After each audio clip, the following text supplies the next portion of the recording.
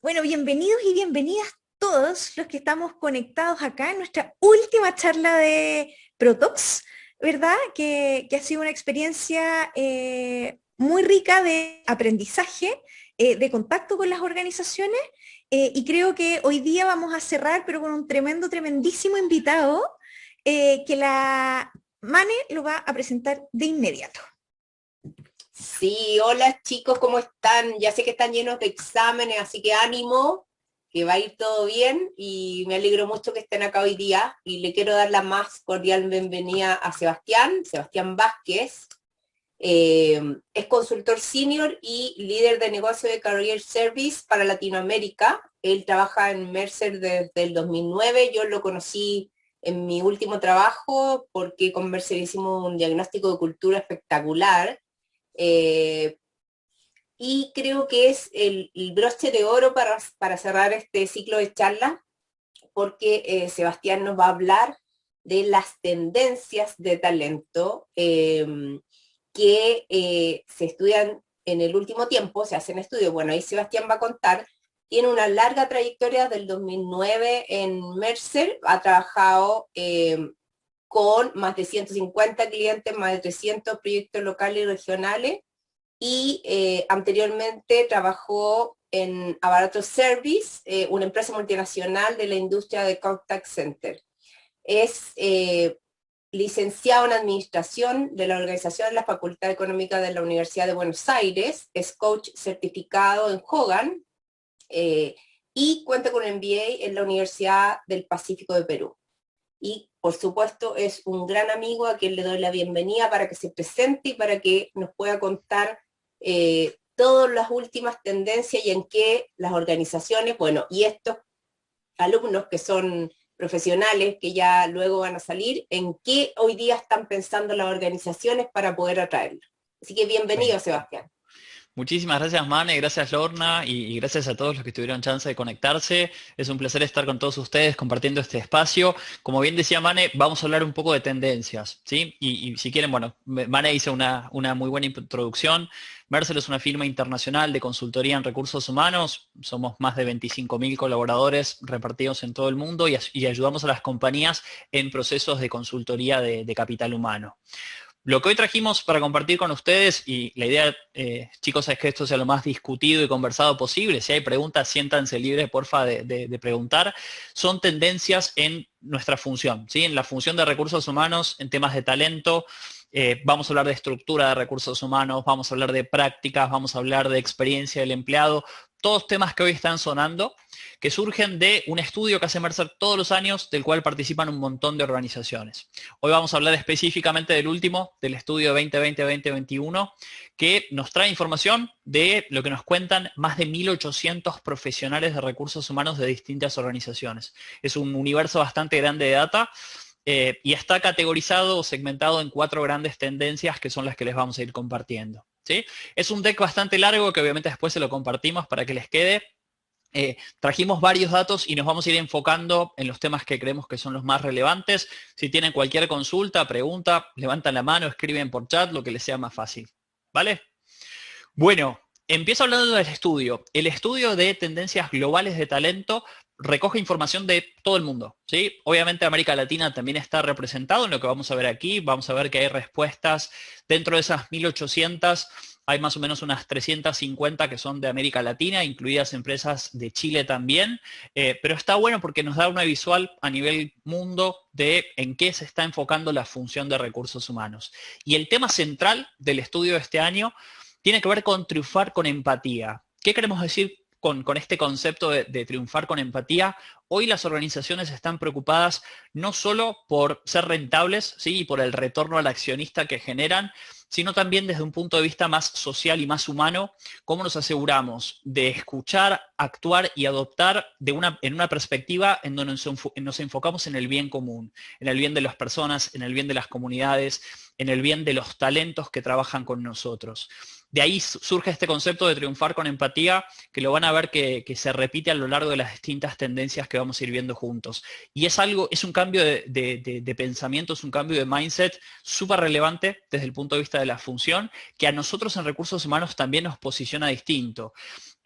No sé si tuvieron chance de leer alguna cita la Chief Human Resources Officer de IBM, que dice de esta última crisis que estamos viviendo con la pandemia y toda la situación del COVID, son los CHROs los que nos van a sacar adelante, como en 2008-2009 fueron los CFOs. Entonces, ahí la relevancia que nuestra función de recursos humanos cobra en este nuevo contexto.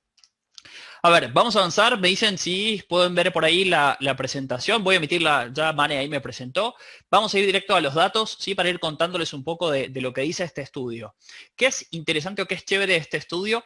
Que recoge distintas ópticas. Vamos a ver, ópticas de ejecutivos, qué es lo que piensan los ejecutivos de hacia dónde debe ir recursos humanos. Vamos a recoger la óptica de profesionales como nosotros de recursos humanos, les decía, representados por más de 1.800 profesionales de recursos humanos, y también la visión de empleados, ¿sí? Como para también tener una visión de, bueno, qué piensa la gente de el servicio que ofrecemos como función.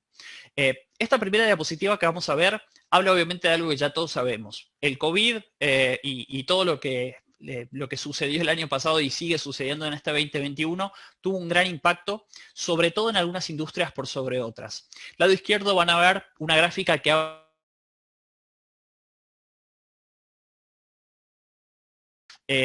creo que es bastante evidente cuando pensamos un poco en esas industrias.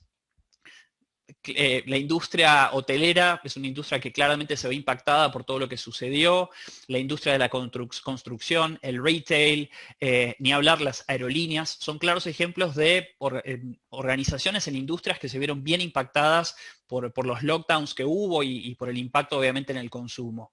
Y a la vez hay otras, si quieren, industrias que por otro lado, no quiero decir que se vieron beneficiadas, porque en líneas generales el impacto macroeconómico fue masivo, digamos, pero sí pudieron pasar la crisis de una mejor manera. Y ahí vemos algunos ejemplos como empresas de bienes de consumo, servicios de Internet, tecnología o ciencias de la vida. Y esto es muy relevante porque cuando uno se pone en los zapatos del CEO, del gerente general de una compañía y uno toma conciencia del impacto que la crisis del COVID tienen las organizaciones, eso obviamente desde nuestro punto de vista de recursos humanos también tiene mucho impacto. De este estudio que les decía, del cual participan más de 1.800 organizaciones, una de las preguntas que hicimos fue enfocada directamente a los ejecutivos. Lado izquierdo van a ver ahí la pregunta, le dijimos, ¿cuáles son las estrategias que tú como gerente general es probable que adoptes en caso de que tengamos una recesión en 2020? Piensen que esta pregunta se hizo casi ahí nomás cerca, creo que fue en octubre de 2019, antes de que todo explotara. Y un poco lo que nos decían estos gerentes generales, estos ejecutivos, es: tengo que encontrar una manera para acompañar a la transformación de mi negocio. 4 de 10 ejecutivos, por ejemplo, lo que buscaban antes de que explotara el COVID era aumentar alianzas estratégicas.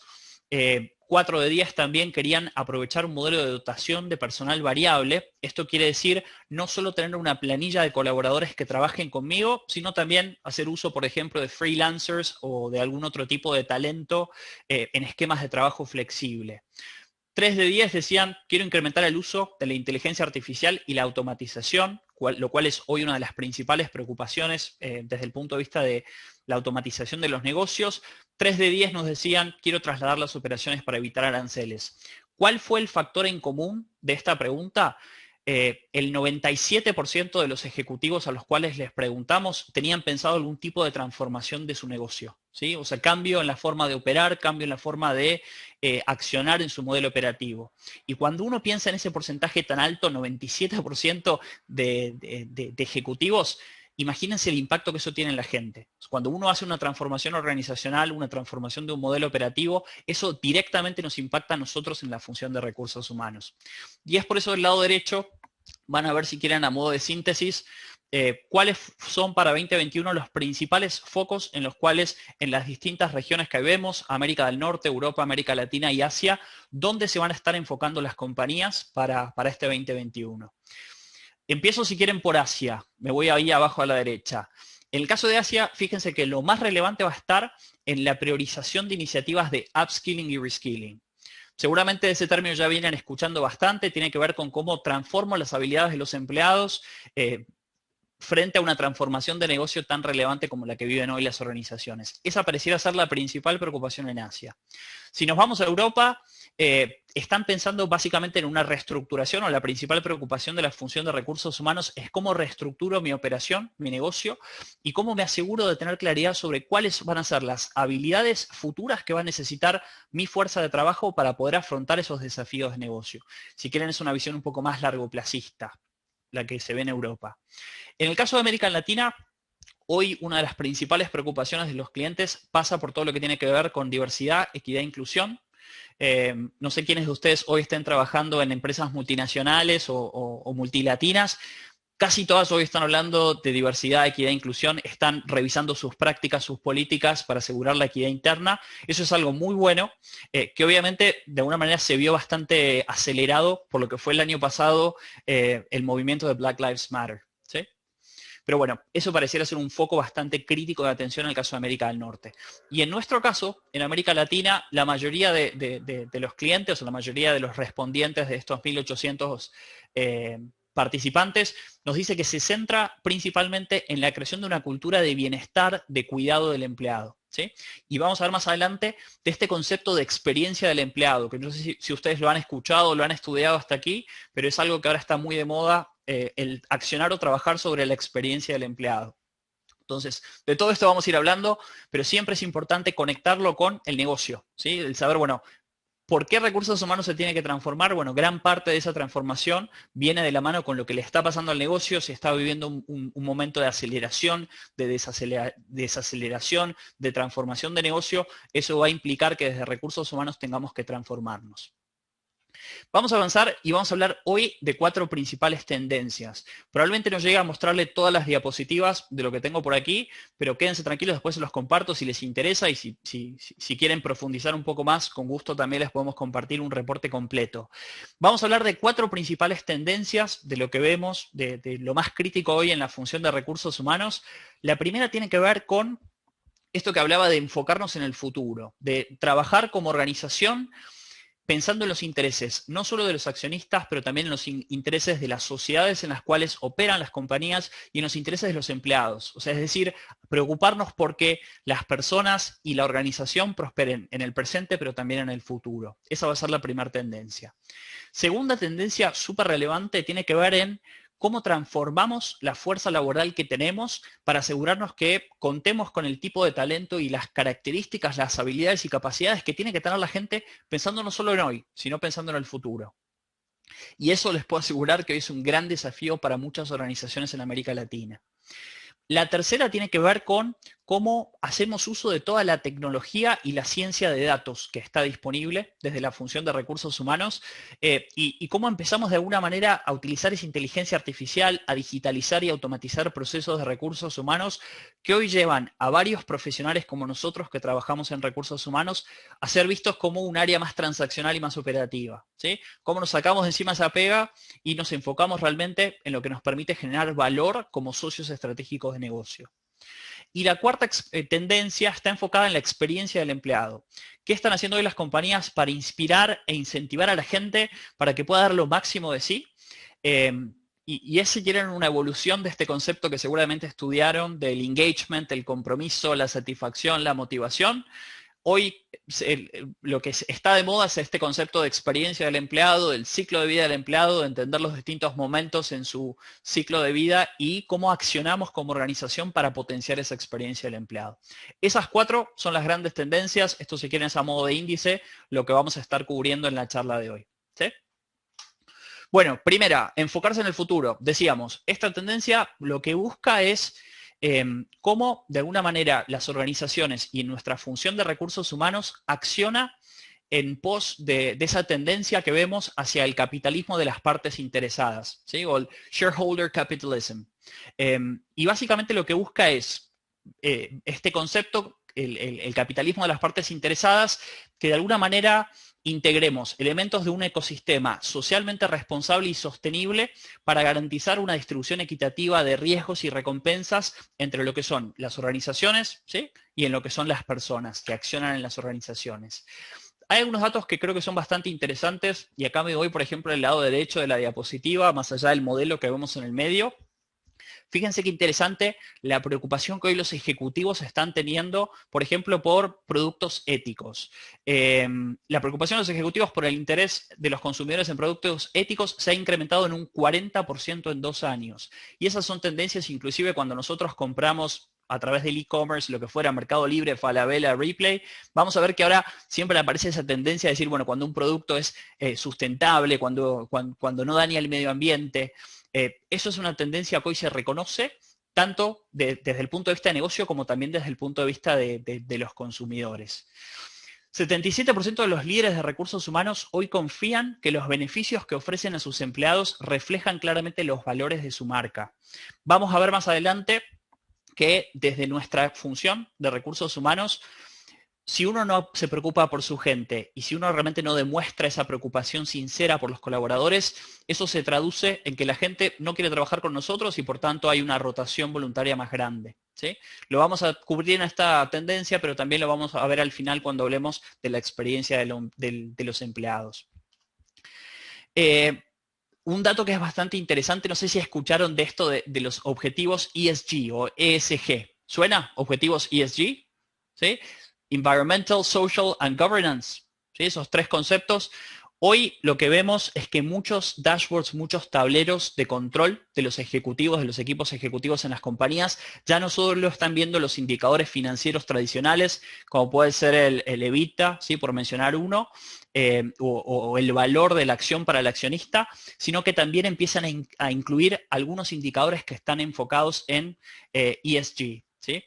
Y si lo llevamos específicamente a este estudio que hicimos, en 2021 le preguntamos a los directivos cuántas compañías hoy se están centrando en este modelo de múltiples partes interesadas. Y fíjense que más o menos el 50% de estas 1.800 organizaciones han mantenido ese enfoque, o sea, su preocupación por estos objetivos que trascienden la generación de valor al accionista, pero adicionalmente hay un 20% que aceleró su paso hacia un enfoque más de este modelo de múltiples partes interesadas. Entonces, lo que vemos realmente es una tendencia de una aceleración que obviamente desde nuestra función de recursos humanos nos va a impactar en algunas prácticas o políticas puntuales. A ver, hablaba hace un rato de dashboards y creo que está bueno que vean en qué hoy principalmente se enfocan los dashboards de los ejecutivos y ahí seguramente ustedes tengan experiencias de las empresas para las cuales trabajan, pero fíjense que un 48% de estos tableros de control que tienen los CEOs o los equipos ejecutivos hoy incluyen algún tipo de métrica relacionada con el compromiso social y el compromiso comunitario. Si analizáramos esta métrica 5 o 10 años atrás, les aseguro que sería muchísimo más baja que 48%. 25% de los CEOs o CEOs incluyen algún tipo de avance en materia de igualdad de género. Por eso es que hablábamos antes que este concepto de la diversidad, equidad e inclusión cada vez se vuelve más y más relevante. O sea, hoy estamos diciendo que 1 de 4 compañías tiene algún tipo de indicador enfocado en la igualdad de género. Y ahí seguramente Mane haya hecho alguna charla de diversidad, equidad e inclusión y les haya contado la importancia que tiene esto. Les puedo asegurar que con los clientes es un tema que cada vez resuena más y más. Y por ahí otro lado también vemos 23% de los CEOs o de los COOs tiene algún tipo de métrica enfocada al aspecto ambiental, ¿sí? Y lo interesante de esto, y lo vamos a ver si quieren en la siguiente línea, es que realmente esto marca una diferencia. 3 de 4 compañías en donde el CEO tiene algún tipo de métrica enfocada a estos aspectos, tiene una tasa de crecimiento por lo menos un 6% mayor a aquellas compañías que no tienen esto en su radar y que solo se enfocan en las tradicionales métricas de rentabilidad. Entonces, vemos que desde el punto de vista del retorno hacia el accionista, también, digamos, hay un impacto en la tasa de crecimiento de las empresas. Esto de alguna manera nos lleva a la conclusión, y lo vamos a ver ahí abajo, 7 de 10 compañías afirman que necesitan hacer todavía un poco más para trabajar en términos de sostenibilidad de negocio y métricas, y este modelo, si veíamos antes, de las múltiples partes interesadas, que va más allá del retorno al accionista y tiene que ver con la preocupación por los talentos, la preocupación por las comunidades, la preocupación por los consumidores y los productos y servicios que ofrecemos.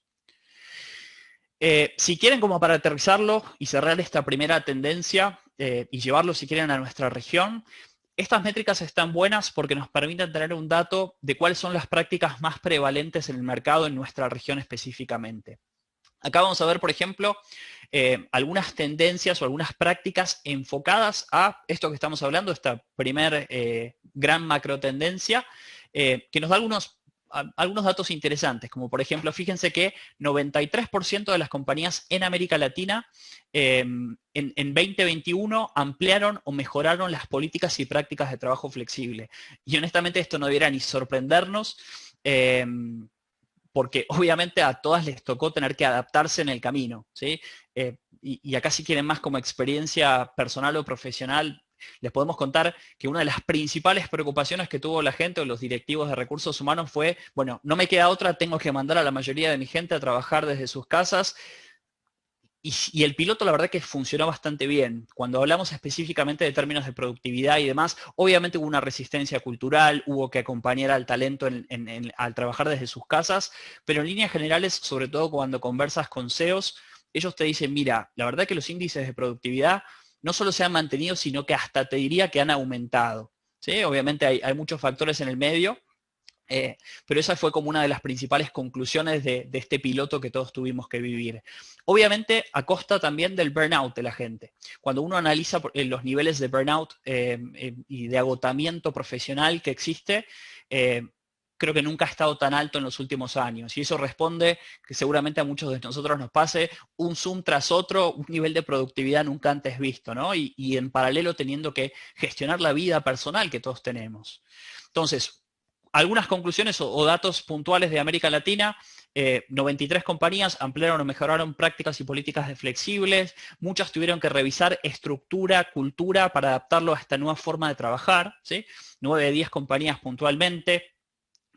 Algunas compañías, y esto sí sorprende la tercera línea, empezaron a hacer o accionar sobre este concepto de talent sharing o compartir talento.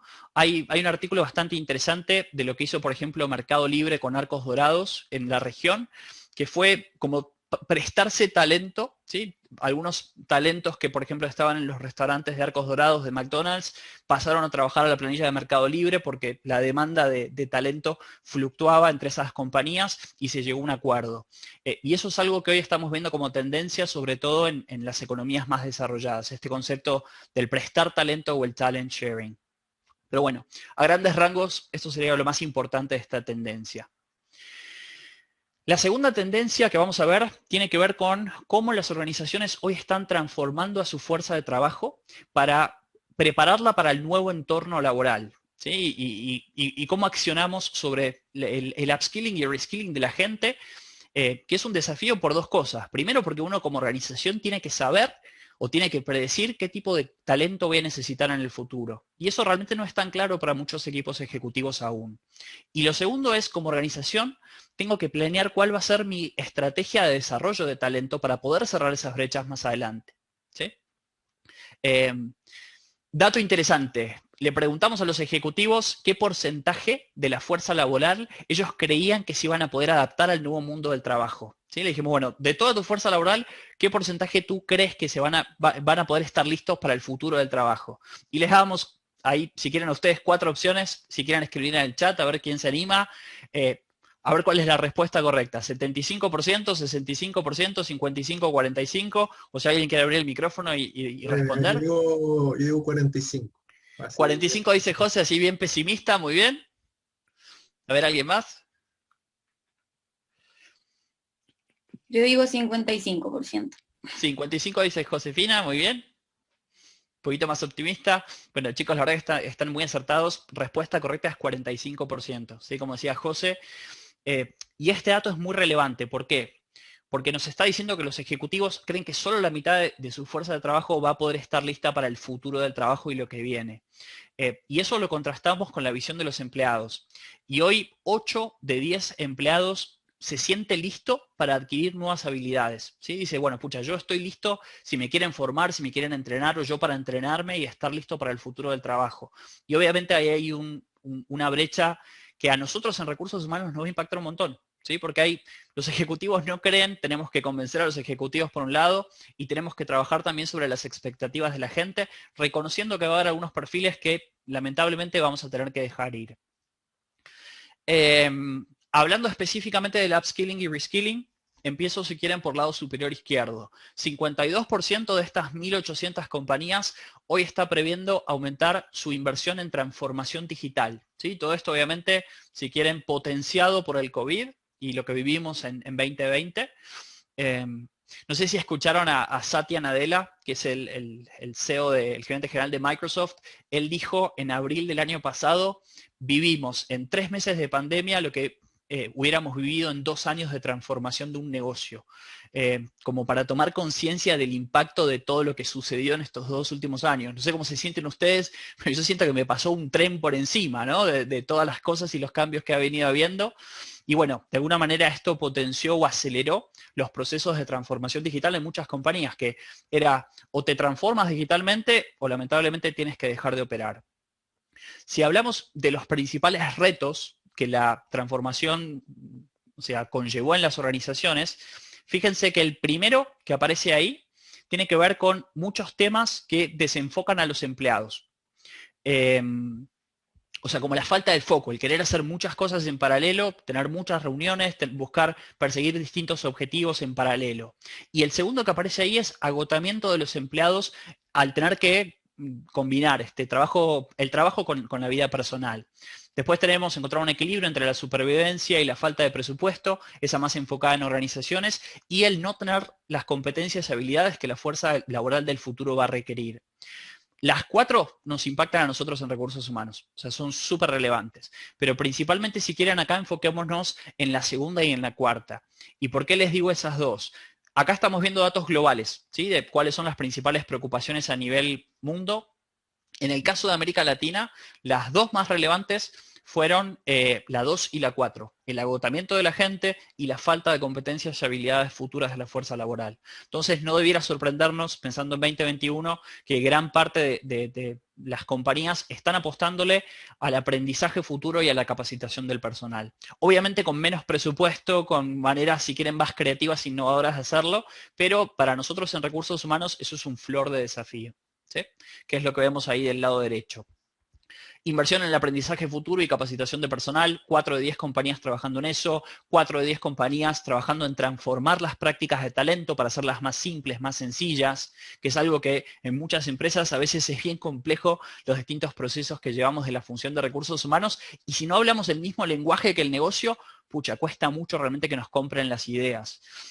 Mejoras en las reestructuración a la función de recursos humanos. Este tema, justo veníamos de una conversación con un cliente acá en Chile que está pensando, bueno, ¿cómo me reorganizo, cómo automatizo mis procesos, cómo digitalizo la función?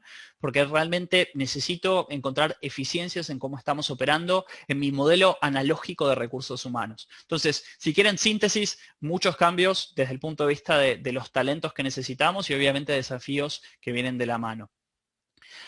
Hablando de desafíos y de competencias más relevantes en el futuro, esta diapo me gusta mucho cuando vemos sobre todo lo de arriba a la izquierda, que habla de cuáles van a ser las habilidades más importantes o las que se volvieron más críticas en este nuevo entorno, ¿sí?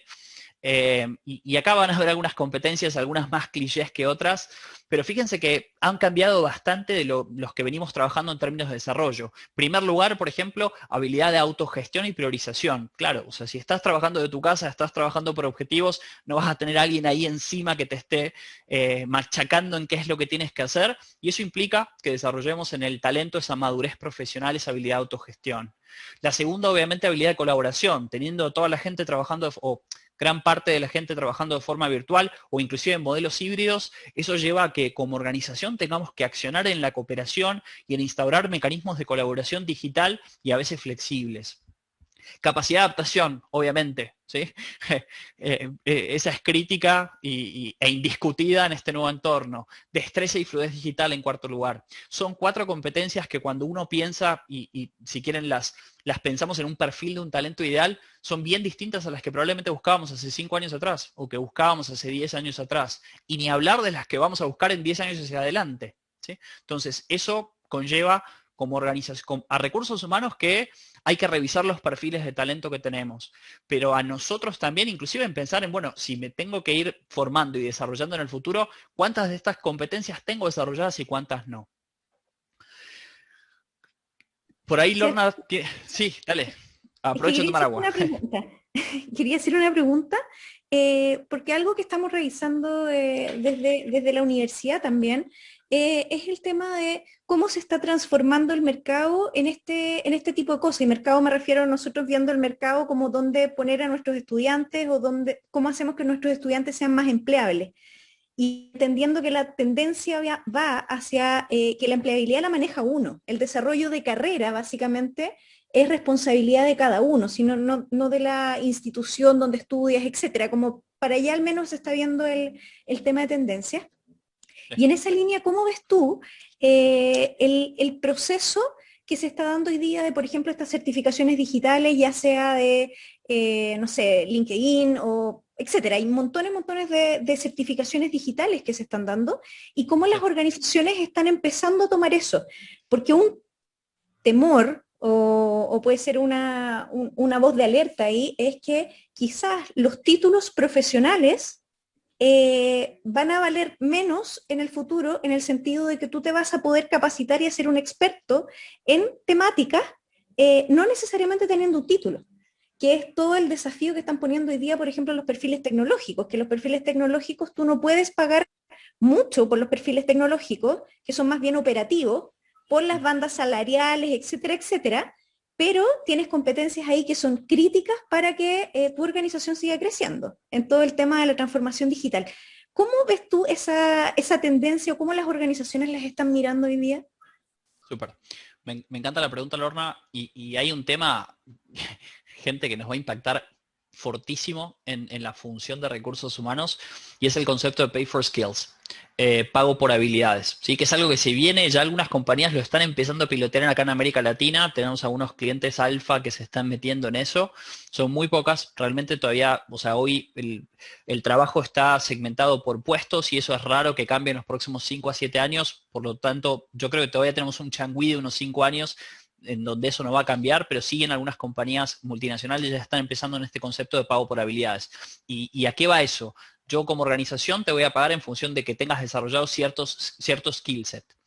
Y los trabajos no los voy a hacer por descriptivo de cargo y lo que tradicionalmente hacíamos, sino que más bien es un conjunto de habilidades y en función del desafío que yo tengo para mi organización, para mi área, lo que fuera, yo busco los talentos que tengan desarrollados ciertos skill sets y los llevo a un trabajo en una célula ágil, hago el desafío y después los vuelvo al pool de talentos de la organización. Esa tendencia, si pensamos en todos los procesos que hoy tenemos desarrollados en recursos humanos, impacta en todos, desde el reclutamiento, la compensación, el desarrollo de talento y demás. Y lo que conlleva es, si quieres, algo que ya estamos viendo hace tiempo en las organizaciones, que es esto que tú decías del autodesarrollo. La responsabilidad del desarrollo en las organizaciones no es de la organización, es del talento. El modelo 70-20 días que seguramente estudiaron, lo que potencia es que la gente se autodesarrolle principalmente en actividades on the job, 20% con lo que tenga que ver con actividades relacionales, coaching, mentoring, 10% con capacitación formal en el aula de trabajo, en el trabajo. Y eso lleva de alguna manera a que hay que entender el desarrollo como una responsabilidad de los talentos. Muchas organizaciones ya están apostando. El primer paso es obviamente identificar cuáles son los skills necesarios en cada uno de los puestos de trabajo que hoy existen, paso 1.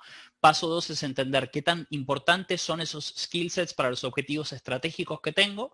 Paso 3 es saber cuánto hoy el mercado paga esos skills y en función de eso determinar cuánto le voy a pagar a los distintos talentos y ya con eso después ahí accionas sobre el desarrollo e instauras mecanismos para que la gente pueda desarrollar ese skill set. Es un cambio que se viene fuerte. Lo estamos empezando a ver, hay inclusive un estudio reciente que hicimos de esto, que si quieren también les podemos compartir a través de Mane. Eh, pero yo les diría que, pucha, nos va a impactar muchísimo, Lorna, en términos de recursos humanos, y está conectado con esto también, con las competencias organizacionales, porque cuando hablo de skills, el concepto de skills es bastante amplio. Tiene que ver no solo con experiencias o conocimientos que tiene que tener un talento, sino también con algunas habilidades o competencias organizacionales, ¿sí? Usualmente ese término de skill cubre esas 3 aristas, ¿sí? Y ahí pueden estar un poquitito más tranquilos nuestros MBO que están aquí conectados porque estamos cubriendo ese set de skills que mal llamadas blandas, pero Mal en el llamadas fondo... blandas, tal cual, totalmente. Sí, sí. Bueno, a ver, obstáculos principales. José, ahí tienes una pregunta, si Sí, quieres. no, que era un poco en relación a lo mismo que, por el mismo tema que tocó Lorna, no sé, a diferencia de otros países, no sé, Singapur, donde uno puede estudiar ingeniería comercial en 2 años, yo creo que igual esa es la tendencia que de alguna u otra manera va a tener que empezar a llegar, como son muy largas las carreras en Chile y yo creo que eso ya no es como algo que se conecte con todas estas tendencias. Por lo mismo que uno puede, como ya no es necesario un título necesariamente universitario para desarrollar distintas de este tipo de habilidades.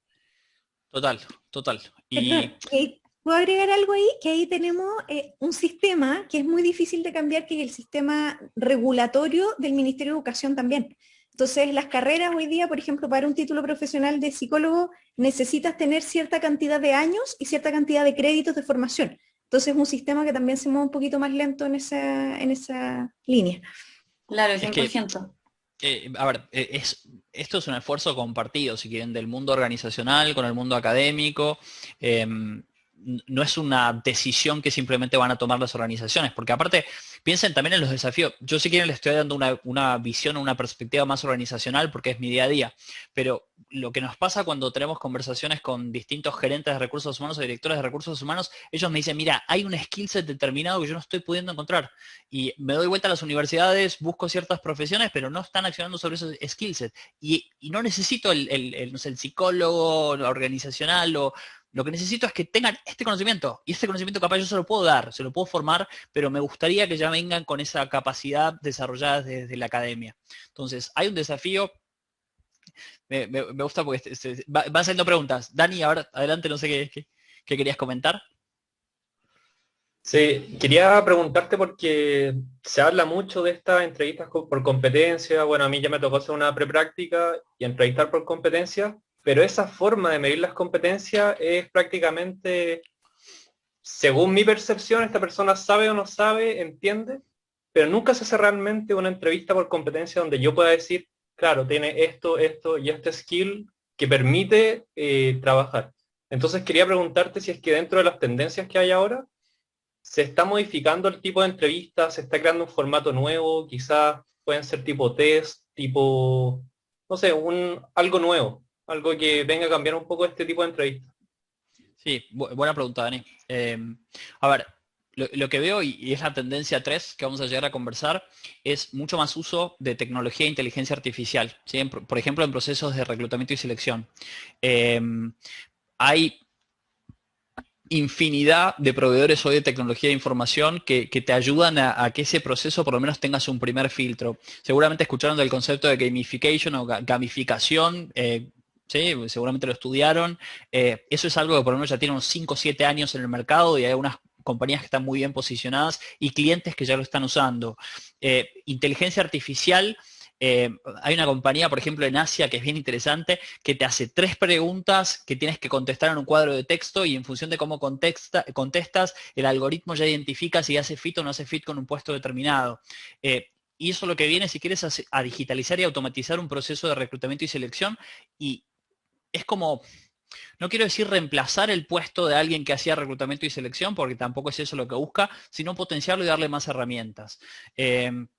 Mercer no se enfoca demasiado en reclutamiento y selección, o sea que tampoco te puedo dar mucha profundidad. Tenemos un estudio específico de eso que si te interesa, ahí con gusto te lo podemos compartir, que habla un poco de algunas tendencias, los cambios que venimos viendo en reclutamiento y selección, pero mucho tiene que ver con el uso de la tecnología. La metodología STAR, que seguramente estudiaron para entrevistas por competencias, sigue estando vigente y hay muchas compañías que lo siguen utilizando. El tema de eso siempre es los sesgos que se pueden generar, ¿sí? en procesos de reclutamiento y selección, que bueno, seguramente los conozcan mejor que yo. ¿Sí? Vamos para adelante a ver algunas tendencias puntuales o en América Latina, ¿sí? o cuáles son, si quieren, en qué se están enfocando las organizaciones hoy. 6 de 10 compañías en identificar cuáles son las nuevas habilidades y competencias necesarias para las operaciones en el post-COVID. Pucha, no se imaginan cuántos clientes tuvimos que revisar modelos de competencias el último año porque se dieron cuenta que lo que tenían no funcionaba.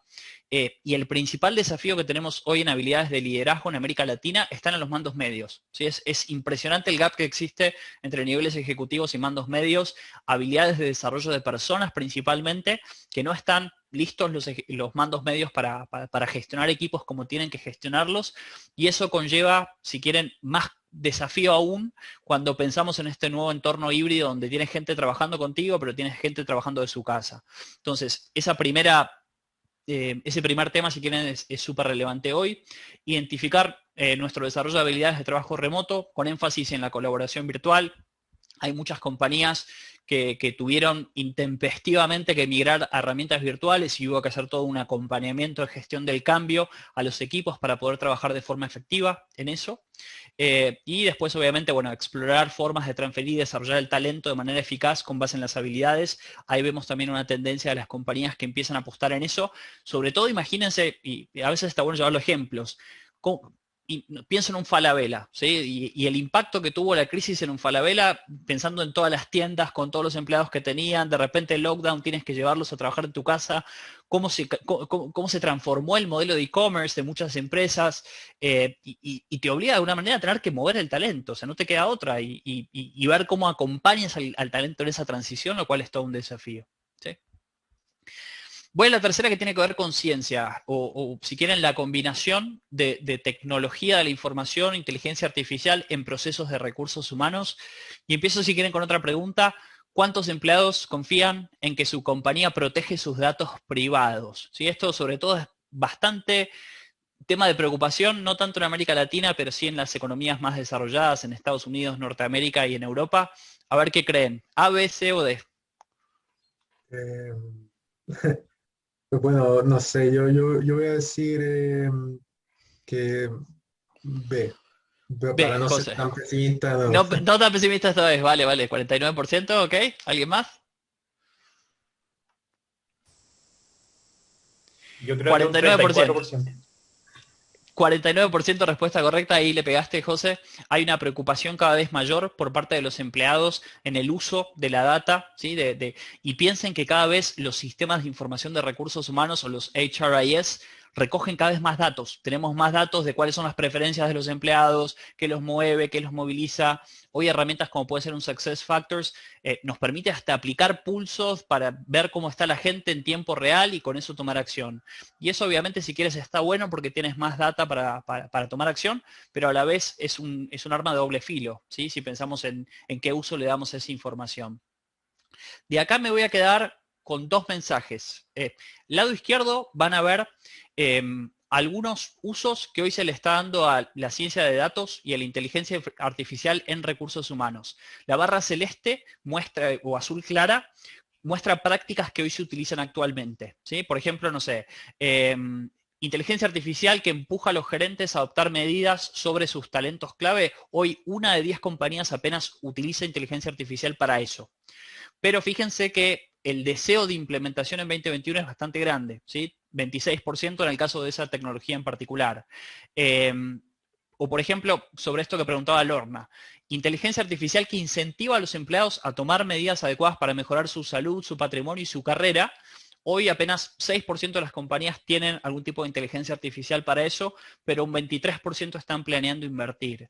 Entonces, síntesis, si quieren, de esta diapositiva, lo que vemos es que la tecnología está subutilizada en recursos humanos. No estamos sacándole el jugo, e inclusive cuando pensamos en los profesionales de recursos humanos de muchas compañías, y acá si quieren hablar un poco más específicamente de Chile, de Perú, y hasta me atrevo a decir de Colombia, faltan habilidades en el manejo tecnológico de la información que está disponible en recursos humanos. Tenemos ahí una base, una mina de oro de información de empleados que podríamos capitalizar y realmente sacarle más jugo, por ejemplo, al concepto de experiencia del empleado, construcción de arquetipos, propuestas de valor diferenciadas para las personas. Hay mucho para trabajar. Lado derecho, el otro mensaje a transmitir, 34% de los empleados cree que la inteligencia artificial o la automatización va a reemplazar su puesto de trabajo en los próximos 3 años. Hay algunos estudios bastante interesantes del Foro Económico Mundial que habla de esto, del riesgo potencial que existe de que algunos puestos desaparezcan, y es verdad, ¿sí?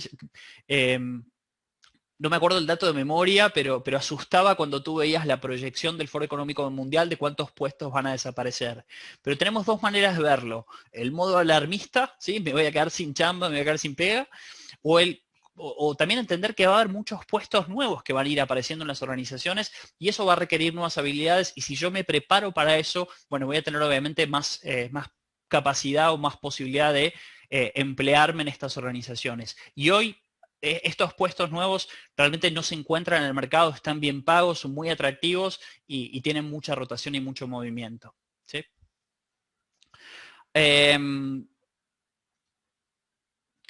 Si quieren, a ver, voy a ir al anterior y esta me la salteo.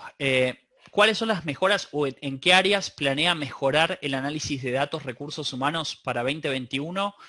Lo primero es análisis de datos sobre cuáles son las habilidades más requeridas y cuáles son los mejores caminos para desarrollar habilidades en el talento. Esa es la principal preocupación en el uso de la inteligencia artificial y los datos para 2021. La segunda, que me parece muy relevante, es utilizar los datos que tenemos para poder modelar y planificar y hacer Strategic Workforce Planning, planeación de la fuerza de trabajo del futuro. Eso es un tema súper caliente hoy en el mercado, nos preguntan un montón los clientes por eso, cómo puedo planificar mi organización en los próximos 3-5 años, qué capacidades necesito, cuántos FTEs, Full-Time Equivalents requiero. Es un tema hoy que es más que relevante. ¿Sí? Fíjense que casi 5 de 10 compañías están pensando mejorar. Hoy es muy tibio lo que hacen las organizaciones multilatinas, inclusive en América Latina, en lo que se refiere a planeación de la fuerza de trabajo. Y si quieren lo último, como para cerrar ese 49%, 49% de los empleados hoy confía que sus empleadores están adoptando medidas suficientes para proteger sus datos.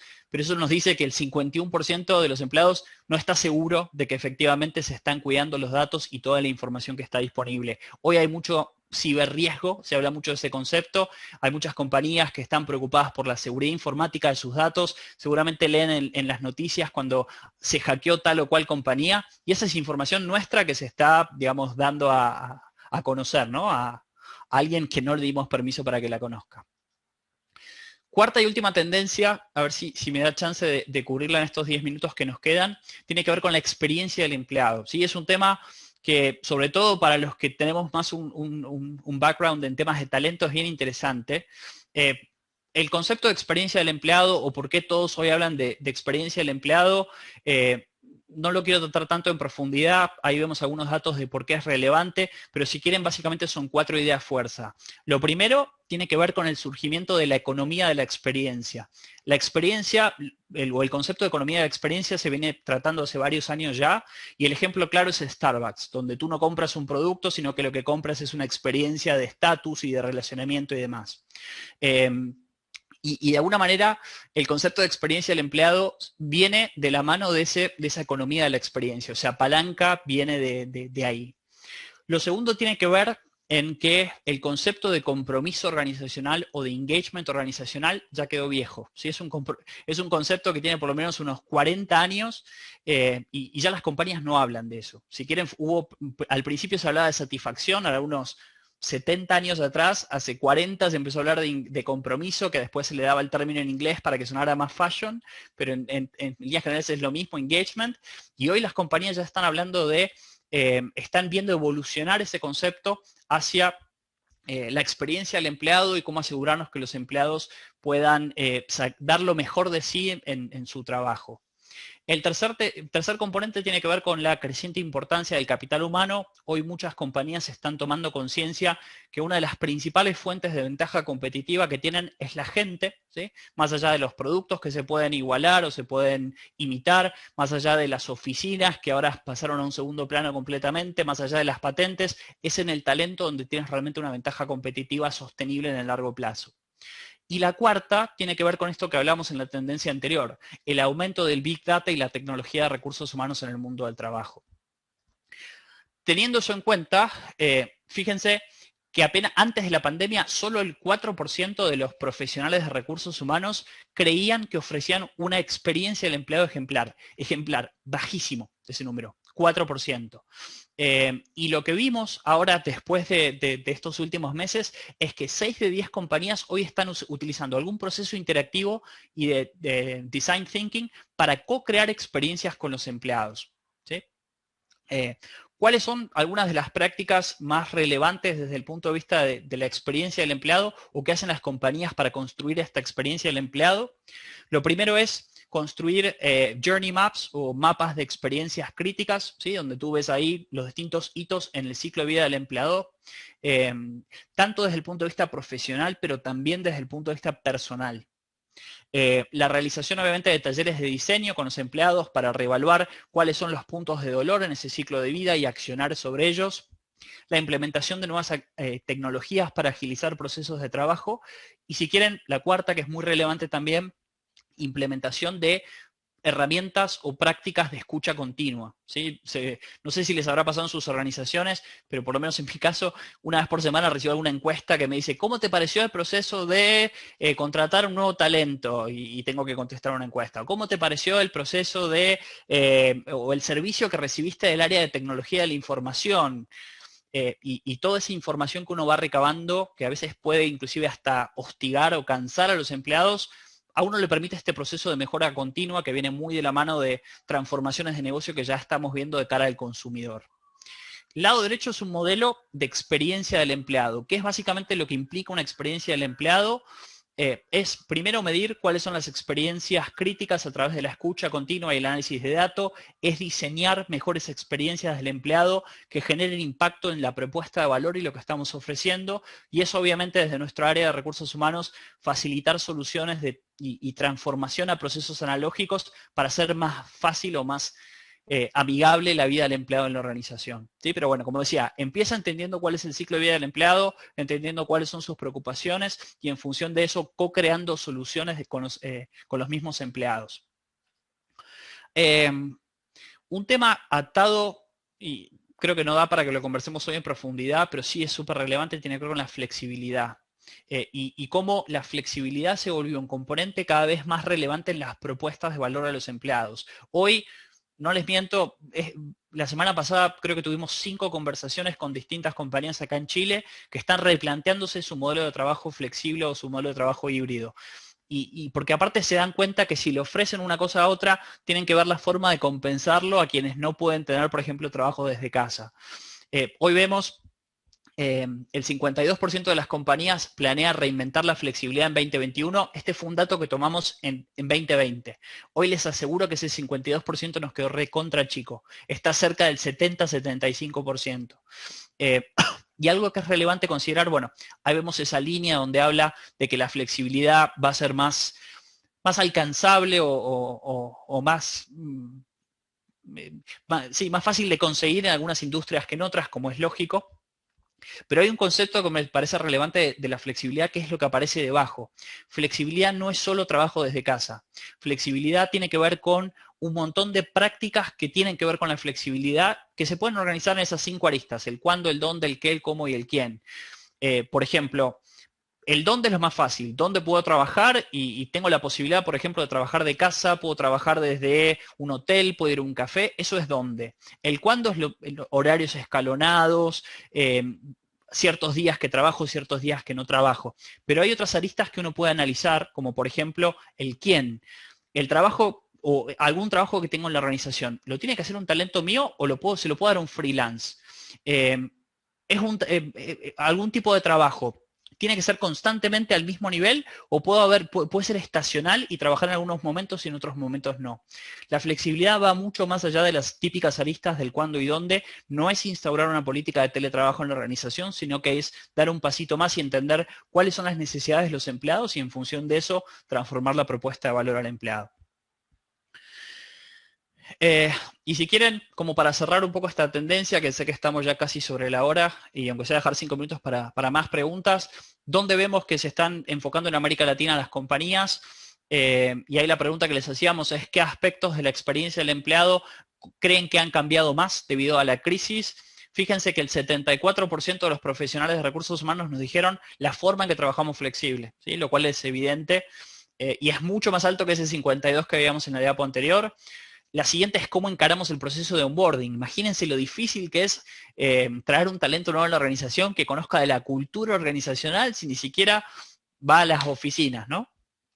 58% cómo gestionamos, entrenamos empleados que no vemos todos los días, ¿sí? Y esto sobre todo enfocado desde el punto de vista de la gestión del líder, ¿sí? Del people manager, cómo evaluamos el desempeño cuando no tenemos instaurado un proceso de gestión de desempeño por objetivos, cómo repensamos recursos humanos, en fin, o sea, realmente todo lo que sucedió el último año transformó la función de recursos humanos y nos impactó en varios procesos que creíamos que eran bastante más estables de lo que son, ¿sí?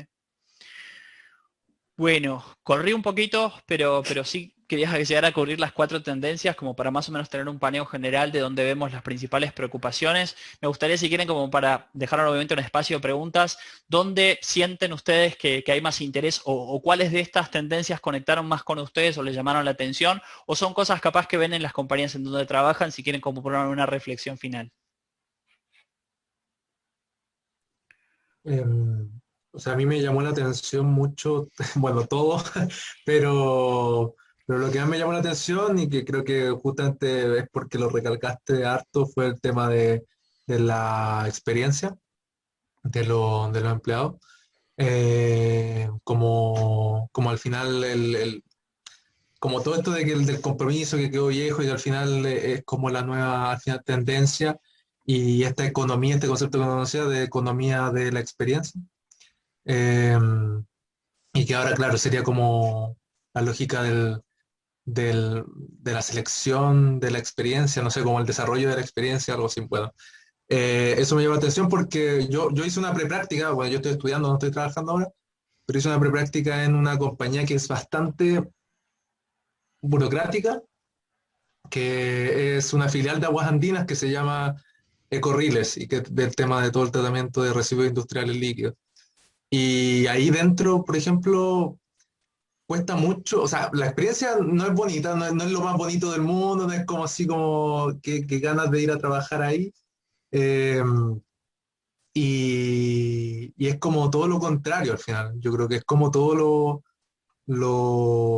lo que es antiguo, siendo una compañía con altos recursos igual y muy importante, pero claro, yo creo que es porque no tiene competencia, entonces como que no le da como para ir a hacer estas cosas.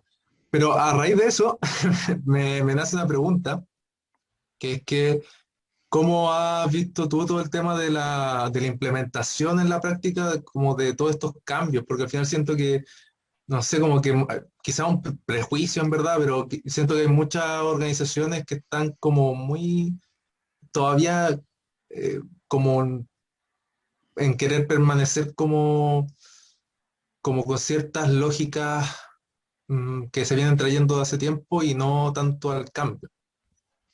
Vale, buena pregunta, José. Mira, a ver, por ahí hay un estudio, creo que de McKinsey, que dice que de 10 cambios organizacionales, 9 fallan y 9 fallan por la gente, ¿sí? Entonces, una de las principales barreras que yo veo en cualquier proceso de transformación, ya sea transformación de negocio, un rediseño organizacional, una transformación de una función de recursos humanos, usualmente el componente que a veces se deja muy de lado es la gente. Todo lo que es la gestión del cambio, el change management y demás. Y eso empieza siempre por alinear a los líderes de la organización. Si un líder no está on board, si tú no tienes el apoyo político de un gerente general en cualquier proceso de transformación en tu compañía, probablemente no te vaya muy bien cuando lo tengas que implementar, ¿sí? Y hay veces, la verdad, a veces la verdad duele, pero las funciones de recursos humanos de muchas compañías en América Latina no están posicionadas como un partner estratégico. Es la verdad, es la realidad. O sea, siempre la mano derecha es el CFO, la mano izquierda es algún director de una unidad de negocio importante y recursos humanos tiene poquita voz en esos cambios. Entonces, cualquier cambio que quieras instaurar en la organización, si no tienes el apoyo político, es muy complejo de realizarlo. Sí veo buenas intenciones en muchas compañías en Chile y en la región de querer transformar procesos. Obviamente las compañías mexicanas y brasileras están un pasito más adelante, si quieres, por el tamaño de mercado que tienen y demás.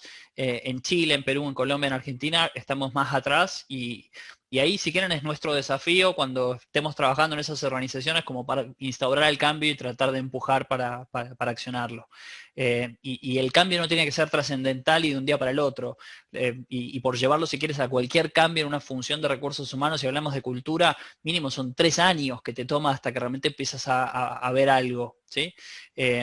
Uno tiene que identificar en qué quiero accionar, qué quiero transformar. Es un proceso de recursos humanos, es a la gente, son las capacidades de la gente, y cuando tienes más o menos visibilidad de acá apuntarle, bueno, ahí accionas. ¿Sí?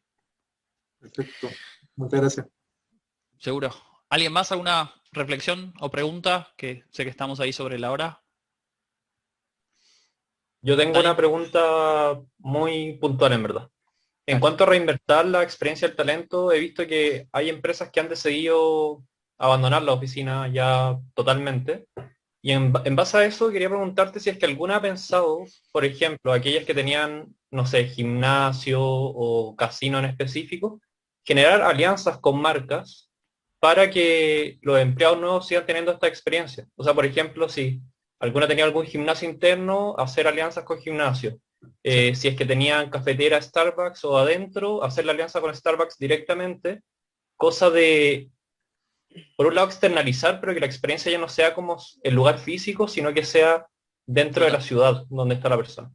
Sí, Dani, respondiéndote, lo he visto, hay algunas prácticas que están, algunas compañías que están usando esa práctica, usualmente empiezan por entender cuáles son los beneficios con los cuales contaban pre-pandemia, con esos beneficios claros, o sea, tú lo que haces es un inventario de beneficios. Ese inventario de beneficios lo pones a prueba de la gente, dices, bueno, a ver, de esos beneficios, ¿cuáles son los que más a ti te movilizan? Que es un ejercicio bien simple, o sea, uno mapea la utilización del beneficio contra qué tan importante es para tu satisfacción, con eso tienes una matriz de 4 cuadrantes y te enfocas en los críticos. Y el siguiente paso es buscar alianzas, como tú decías, con un Starbucks o con distintas compañías para que la experiencia del empleado de alguna manera se mantenga. Es una práctica que la hacen, lo he visto en Multilatina sobre todo, y alguna empresa nacional acá en Chile ya lo está haciendo, ¿sí? También en Colombia tengo un cliente que lo hizo hace poco. Ellos se aliaron, por ejemplo, con unos gimnasios y están ofreciendo eso. Y obviamente viene de la mano de alguna métrica. O sea, si tú no empiezas a mapear la utilización de ese beneficio, después termina siendo hasta contraproducente, te diría, porque es un gasto y la gente no lo usa, que es lo que pasa muchas veces con los beneficios. Lau, por ahí, no, Lorna, ¿tú tienes un comentario? Es un comentario en realidad que me da harto vuelta, porque creo que es producto de lo mal que hemos hecho la pega, los psicólogos, los ingenieros comerciales, que tenemos distinciones de gestión de personas, el que en las organizaciones, por ejemplo, que estoy absolutamente de acuerdo con lo que mencionas, que el compromiso, el engagement se trata como lo mismo, sin embargo son constructos muy distintos. Entonces yo creo que ahí hay un tremendo desafío también, porque hay un montón de cosas que en las organizaciones, y que uno lo ve cada vez que va a las organizaciones, que se mete todo dentro de un mismo saco, cuando en realidad hay diferencias que van a impactar de una manera bien distinta en la organización.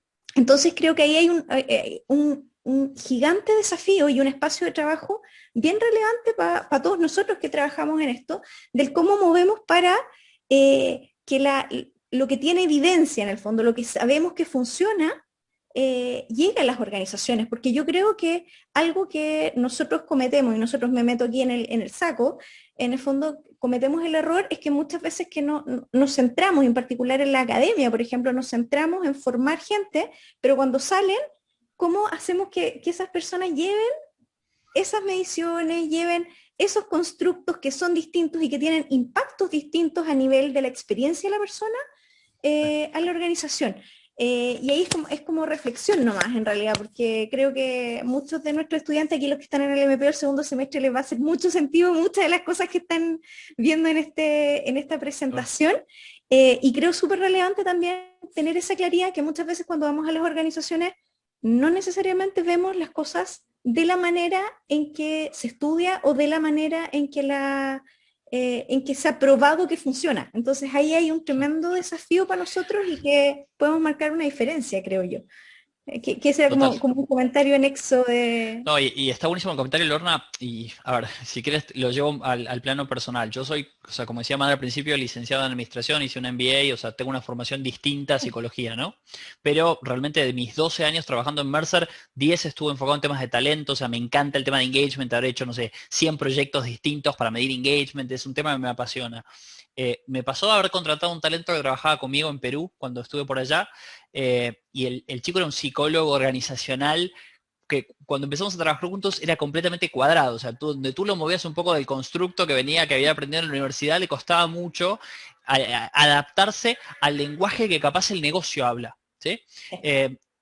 Y ese desafío, yo creo que en nuestro rol tenemos que poder empatizar con el negocio, tenemos que entender que no estás hablando con un psicólogo organizacional, que probablemente no le interesa cuáles son las variables que tiene tu constructo, lo que quieres entender, bueno, cuál es el impacto de ese constructo en los resultados de negocio. O sea, qué tanto me va a mover el turnover. Y si me mueve el turnover, cómo eso me impacta no sé, en el evita o lo que fuera. Y ahí fallamos un montón en recursos humanos. Nos cuesta mucho llevar a métricas y llevar indicadores de negocio lo que queremos implementar desde la función. Y por eso a veces es que tampoco, o sea, tenemos ese posicionamiento que tiene, no sé, un CFO en una empresa. Y es lógico, ¿sí? Y creo que el desafío ahí es para nosotros es cómo empatizamos, cómo entendemos que no todo es como lo vemos en la academia y que en todo caso hay que adaptar algunas formas para que conectar bien y comunicarnos mejor con el negocio, ¿no? Absolutamente. Gracias. Bueno, ¿alguna otra pregunta, comentario, chicos? Bueno, Mane, no sé si quieres cerrar tú, si quieres cerrar tú, Lorna. De mi lado, muchísimas gracias por la invitación. Fue un gusto compartir este espacio con ustedes, chicos, y con mucho gusto les comparto toda la información que quieran. Cualquier paper, ahí estamos a su disposición. Sí, la verdad, Seba, bueno, dejo a la Lorna para el cierre, agradecerte siempre tu exposición y yo creo que justo estaba hablando con una alumna que quiero mucho y realmente esta visibilidad que nos entrega y sobre todo para los chicos que están hoy día escuchando es mostrarnos el futuro del trabajo, pero muy cercanos. Muchos están en quinto y este otro año yo sigo pensando que los que están acá en quinto, este otro año va a ser la primera generación, ojalá, post pandemia. Y van a llegar a un mundo que nunca existió, donde no tenemos data, donde vamos a ver, tenemos que ser, como tú dices, salirnos de la academia, utilizar nuestras habilidades y entender, yo creo que ese es el mensaje, entender que nos va a servir un poquito, sorry que lo diga así, lo que vimos en la universidad, lo que va a movilizar nuestra carrera va a ser el cómo nos autogestionamos y el cómo aprendemos a ver en el negocio qué es lo que necesita. Yo creo que ese es como el gran mensaje de cómo nosotros empoderarnos como líderes estratégicos dentro de la organización.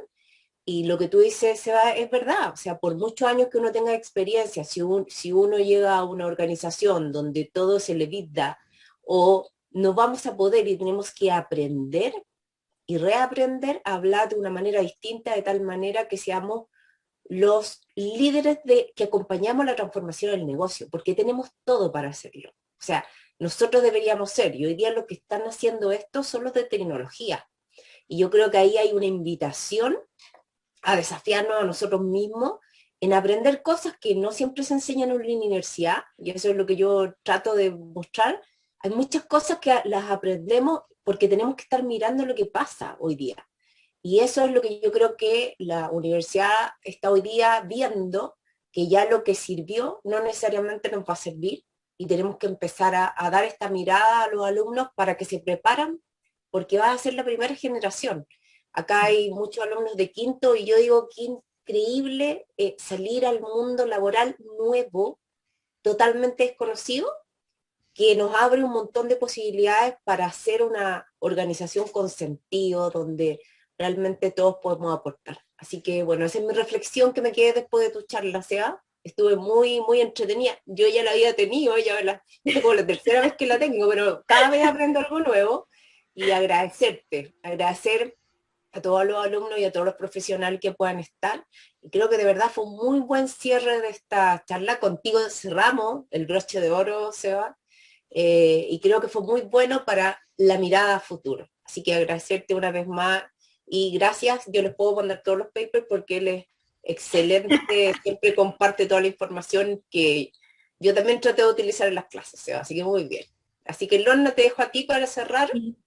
Agradecidísima, agradecidísima de, bueno, Seba ahora que nos está acompañando, ¿verdad? Creo que increíble la charla, esta sensación de estar cerca de las organizaciones para hacer este puente que van a transitar prontamente, en particular los MPOs que tenemos acá, y aquellos interesados en el área más adelante, creo que es fundamental. Y la información que recoge, creo que es súper importante tenerla en consideración también porque cada uno de nuestros estudiantes finalmente tiene que hacer su camino.